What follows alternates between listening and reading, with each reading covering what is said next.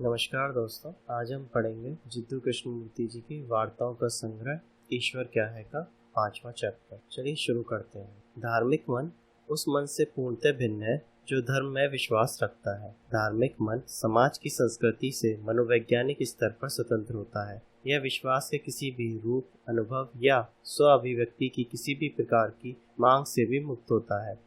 और मनुष्य ने, मुझे ऐसा लगता है, युगों युगों से विश्वास के द्वारा एक अवधारणा निर्मित की है जिसे ईश्वर कहा जाता है। मनुष्य के लिए ईश्वर नामक उस अवधारणा में विश्वास करना आवश्यक बन गया है, क्योंकि वह पाता है कि जीवन एक दुखद प्रसंग है, निरंतर संग्राम, द्वंद्व, दुर्दशा का सिलसिला, जिसमें कभी कभार प्रकाश, सौंदर्य व उल्लास की चिंगारी दमक उठती है। किसी अवधारणा, किसी सूत्र, किसी विचार में विश्वास आवश्यक बन गया है, क्योंकि जीवन का अर्थ तो ना के बराबर रह गया है। वही नित्यचर्या, दफ्तर जाना, परिवार, यौन संबंध, बोझिलता, अपने आप को अभिव्यक्त करने का द्वंद्व, इन सब का कुछ अर्थ नहीं है और इस सब के अंत में हमेशा मृत्यु है। अतः विश्वास करना मनुष्य के लिए जैसे अनिवार्य आवश्यकता बन गया है।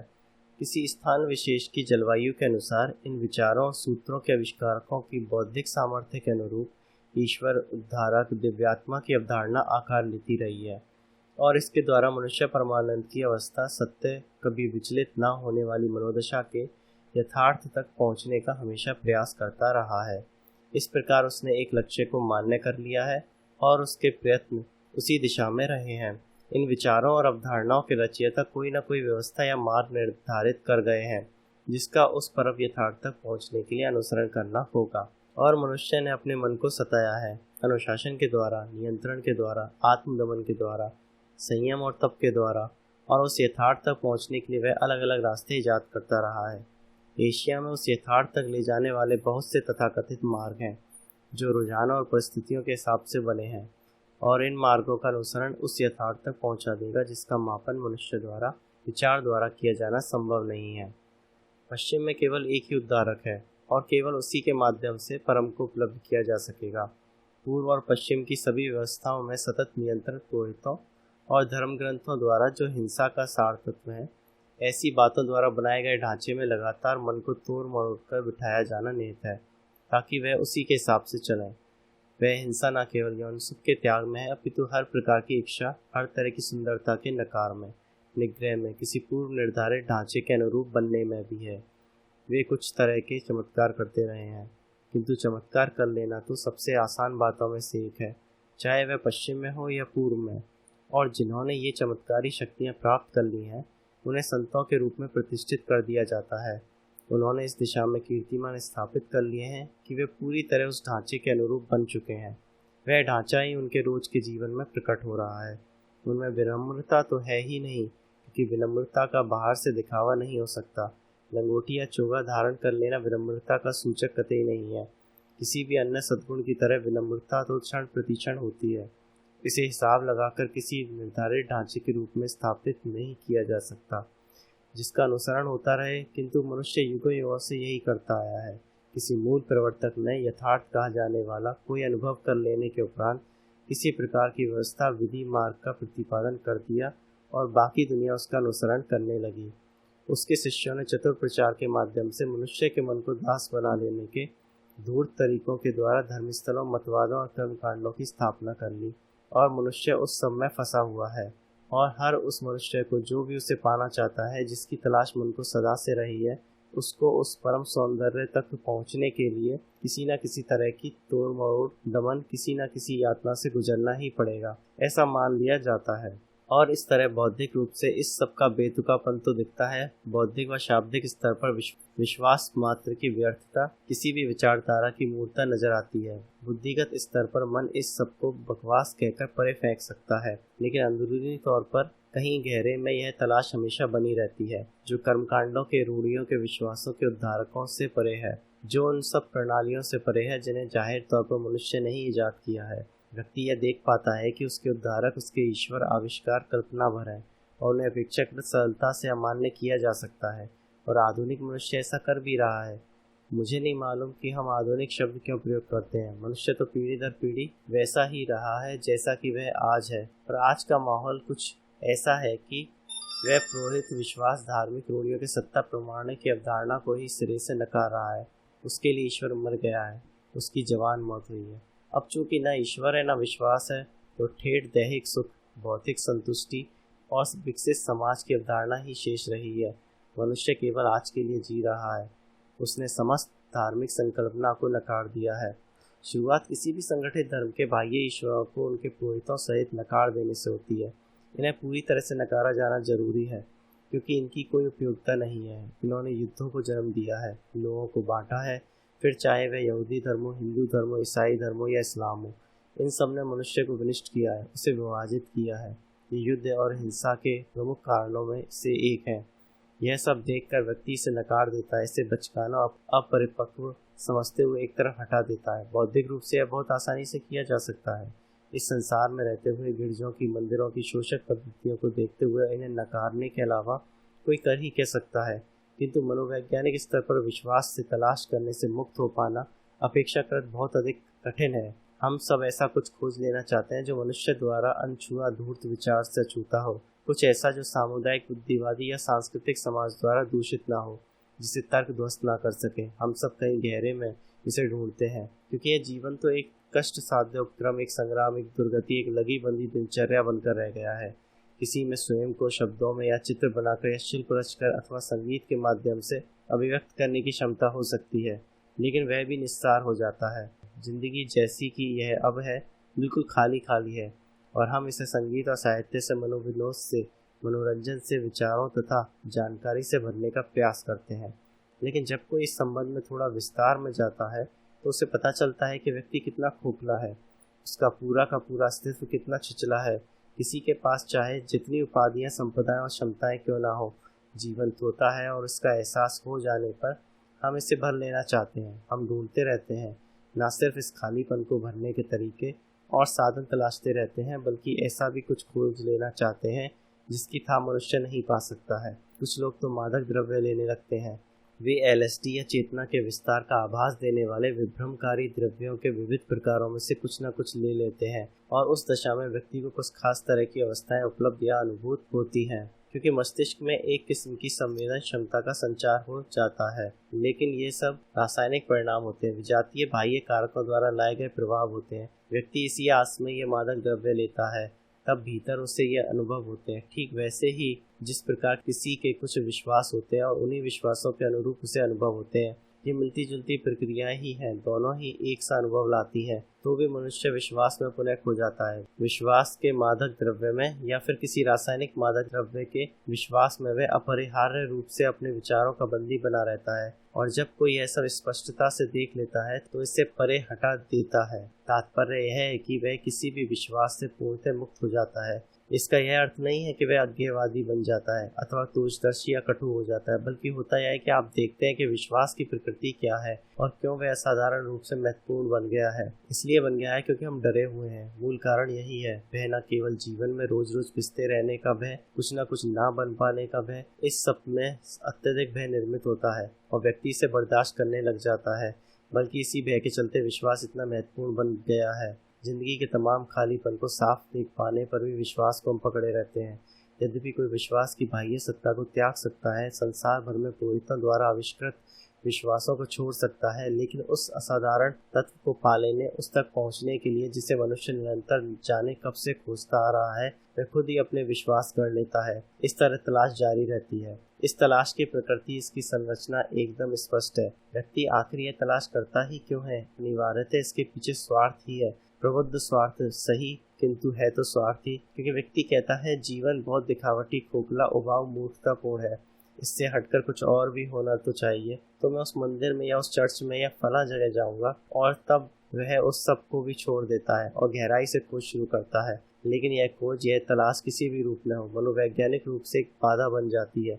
मुझे लगता है कि यह बात बहुत सीधे और स्पष्ट तौर पर समझ लेनी चाहिए। वस्तुनिष्ठ रूप से कोई किसी बाह्य माध्यम की सत्ता को नकार सकता है जो अंतिम सत्य तक पहुंचा देने का दावा कर रही हो, उसे तो व्यक्ति छोड़ता ही है। लेकिन ढूंढने की प्रकृति क्या है, इसे समझकर फिर छोड़ना, सारी तलाश का ही परित्याग करना अनिवार्य है, क्योंकि व्यक्ति पूछता है कि वह तलाश क्या कर रहा है। यदि आप इसकी जांच करें कि वह है क्या जिसे हम ढूंढने में लगे हैं, हम चाहते क्या हैं, तो क्या उस तलाश में यह निहित नहीं है? कुछ ऐसा है जिसे आप पहले से जानते हैं, जो आपने खो दिया है और जब आप उसे ढूंढ लेना चाहते हैं। यह तलाश के निहितार्थों में से एक है। तलाश में पहचान की प्रक्रिया शामिल होती है, अर्थात तलाश करने पर आपको जो मिलता है वह जो कुछ भी हो, आपको उसे पहचान लेने में सक्षम होना चाहिए, अन्यथा तलाश का कोई अर्थ नहीं है। व्यक्ति कुछ ढूंढता है, आशा करता है कि इसे पा लेगा और पा लेने पर पहचान जाएगा, लेकिन यह पहचान स्मृति की ही क्रिया है। अतएव इसमें यह बात निहित है कि आप पहले से उसे जानते हैं,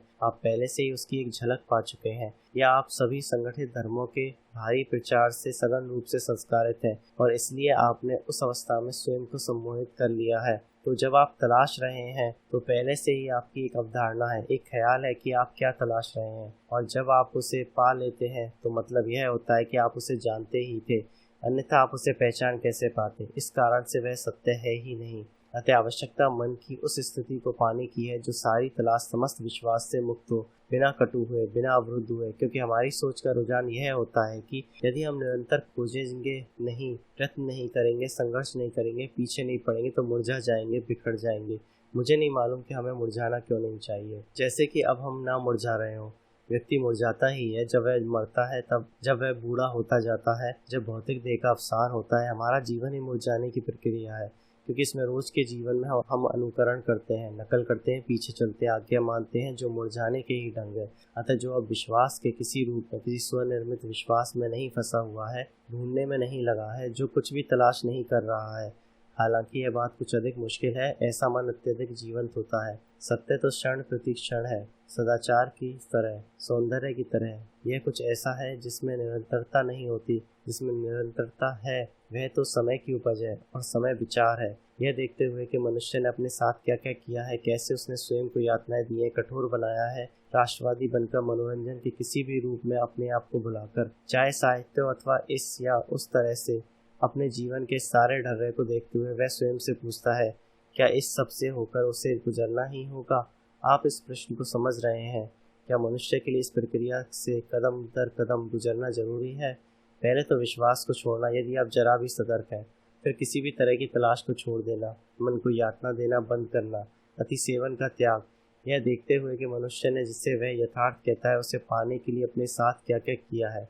व्यक्ति पूछता है, वह पूछता है कि क्या कोई ऐसा तरीका है या ऐसी कोई अंतर्विस्फोट की प्रस्फुटन की स्थिति है जो एक ही दम में वह सारा कुछ परे हटा दे। क्योंकि समय कोई हल नहीं है, तलाश में समय निहित है, उसमें आखिरकार पा ही लेने वाली बात है। शायद 10 साल लगे या ज़्यादा भी, या फिर जन्मों जन्मों से गुजरते हुए अंततः उपलब्धि हो, जैसा कि पूरे एशिया का विश्वास है। इस सब में समय निहित है। जो भी अंतर्द्वंद है, समस्याएं हैं, उन्हें क्रमशः दूर करते जाना, अधिक चतुर, अधिक बुद्धिमान बनते जाना, धीरे धीरे जानकारी परिचय बढ़ाना, धीरे धीरे क्रमशः मन को संस्कार रहित करना, यह सभी कुछ समय में निहित है। और यह बात स्पष्ट है कि समय तो मार्ग नहीं है, ना ही विश्वास, ना ही किसी प्रणाली, किसी गुरु, किसी शिक्षक, किसी दार्शनिक, किसी पुरोहित द्वारा थोपे गए कृत्रिम अनुशासन। यह सब कुछ तो बहुत ही बचकाना है। तो क्या यह संभव है कि व्यक्ति इन सबसे होकर कतई न गुजरे, और तो भी उस असाधारण तत्व के समक्ष हो? क्योंकि उस तत्व को आमंत्रित तो किया जा नहीं सकता।